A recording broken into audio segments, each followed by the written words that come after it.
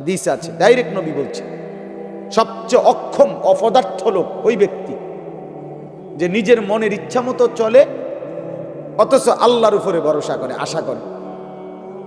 বুঝেন নাই? চলে কি নিজের ইচ্ছা মতো অথচ আশা করে কার কাছে? করতেছে নাফরমানি, মুখে বলতেছে আল্লাহ ভরসা। টাকা সুদের, এরপরে বলতেছে হুজুর খাস করে দোয়া করেন, বহুত কষ্টে আল্লাহ আল্লাহ করিয়া 12 লাখ টাকা ব্যবস্থা করে ফুলাগা বিদেশ পাঠাইছি, খাস করে দোয়া করেন। খাস করে কি দোয়া করতো? 12 লক্ষ টাকার মধ্যে সুদের টাকা কত, কিস্তিতে কত নিলেন, কিস্তিতে কত? তো আপনি আল্লাহ আল্লাহ করে নি টাকা ব্যবস্থা করছেন না সুদে টাকা ব্যবস্থা করছেন? তাইলে মিথ্যুক এটা বললেন কেন যে আল্লাহ আল্লাহ করে টাকা ব্যবস্থা করত? আর খাস করে কি দোয়া করত? যে আল্লাহ এই টাকার উপরে ঠাডা পড়ুক। এটাই তো দোয়া, খাস দোয়াই না। এই সুদের টাকার উপরে গজব পড়ুক, হারামের টাকার উপরে লানত পড়ুক, বেটা লানত পড়ুক এই টাকা। এটা খাস দোয়া। তাহলে কি পরিমাণ অজ্ঞতা আমাদের, মূর্খতা! প্রকাশ্যে আল্লাহর নাফরমানি করে আবার বলতেছে খাস করে দোয়া করে। এইটাই নবীজি বলছে, ওয়াল আজিজু মান আতবা নাফসাহু হাওয়াহা। সবচেয়ে অক্ষম, অপদার্থ, ব্যর্থ ওই ব্যক্তি যে তার মনের ইচ্ছা মতো চলে, ওয়া তামান্না আলাল্লাহ, অথচ আল্লাহর কাছে আশা করে। 30 বছর ধরে মিথ্যা বলে, ওজনে কম দেয়, কাস্টমারকে ঠকায়। হুজুর দেখলে কয় খাস করে দোয়া করে। কি খাস দোয়া করতো? তোর উপরে যেন গজব পড়ে, এটা দোয়া করতো? তাহলে কি কি নাহলে খাস দোয়াটা কি? আল্লাহ তার মিশা কথার মধ্যে আরো বাড়াই দেন নাকি,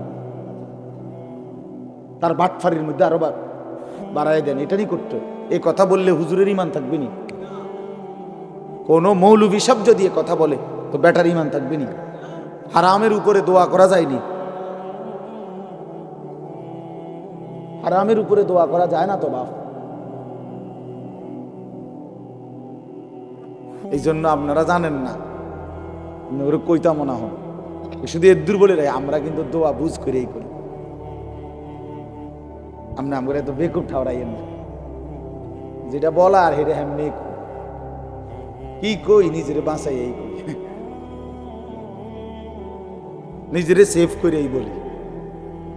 কতজনে যে কত দোয়া চায় এইভাবে করি, অনেক সময় আমরা এইভাবে লাইন করে এই বলি, যাতে করে নিজের আখেরাত বরবাদ না হয়, নিজের বরবাদ আখেরাত বরবাদ না।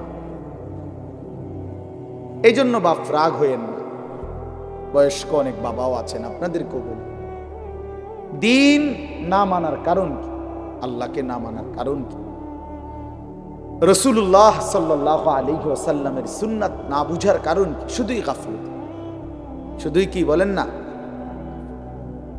গাফলত। আমি দেখছি কিছুদিন আগে আমার দেশের বাড়িতে আমাদের বাড়িওয়ালাদের জমির দলিল দিছি, আমরা 5 ভাই 3।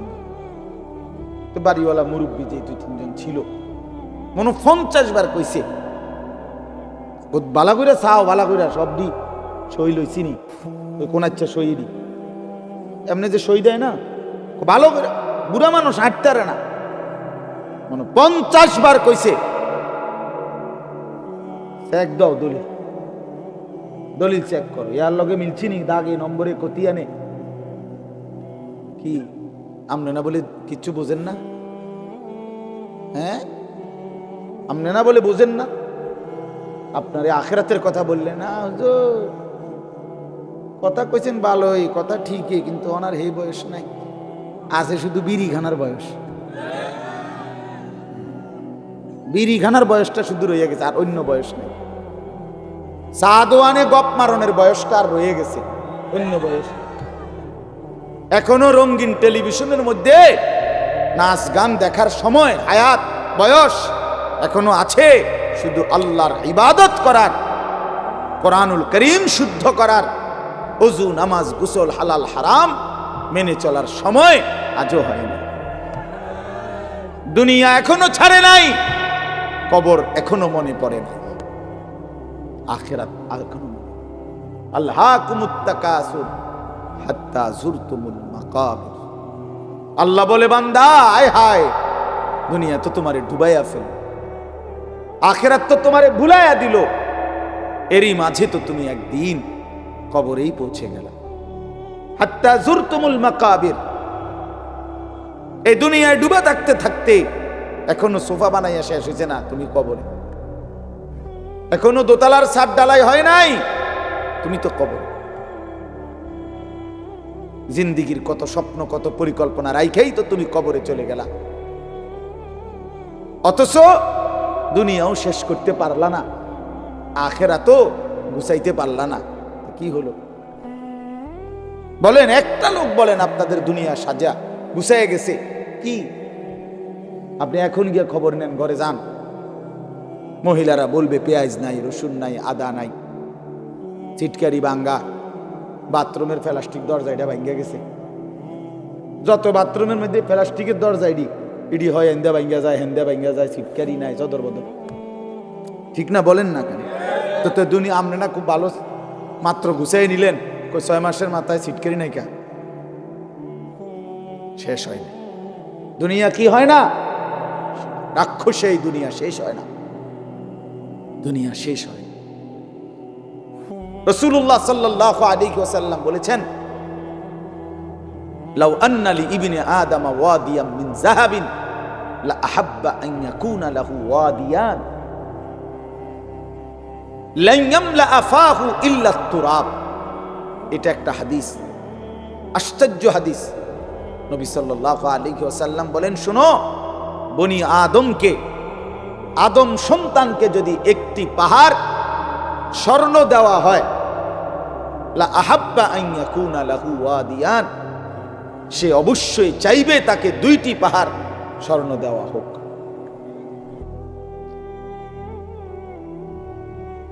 লান ইয়ামলা আফাহু ইল্লা তুরাব। এরপরে নবীজি বলেন, কসম উম্মত শোনো, বনি আদমের মুখ ভরবে না ইল্লা তুরাব, কবরের মাটি ঢালা পর্যন্ত। তার ওই মুখে, তার ওই শরীরে যতক্ষণ কবরের মাটি না ফেলবে, ততক্ষণ তার দুনিয়ার চাহিদা কি হবে না? এর চাইতে জ্বলন্ত হাদিস আর কি হইতে পারে? এর চাইতে সুন্দর কথা আর কি হইতে পারে? বলে আরো সুন্দর কথা শুনেন।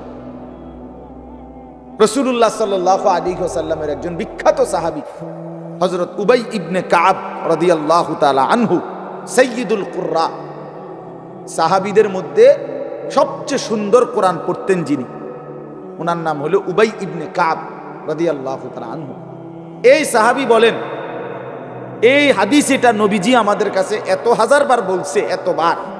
এই কোনটা? এই যে যদি বনি আদমকে একটি পাহাড় স্বর্ণ দেওয়া হয়, সে 2টি পাহাড় চাইবে, আরো দিলে আরো চাইবে, তার মুখ ভরবে না কবরের মাটি ছাড়া। ওই সাহাবী বলতেছেন, আমি নিজে তাফসিরে, আমার গাড়িতে এই তাফসির আছে, তাফসিরে কুরতুবী। তো ইনি বলেন, এই সাহাবী বলেন, কুন্না নারা হাদা মিনাল কোরআন। নবীজি এই হাদিসটা আমাদেরকে এত বেশিবার বলছেন, আমরা মনে মনে ভাবতাম এটা কোরআনের আয়াত। এটা কি? কোরআনের আয়াত ভাবতাম, কোরআনের আয়াত মনে করতাম আমরা এটাকে। তার মানে এত বেশিবার আমাদেরকে এত গুরুত্ব দিয়ে বলছে।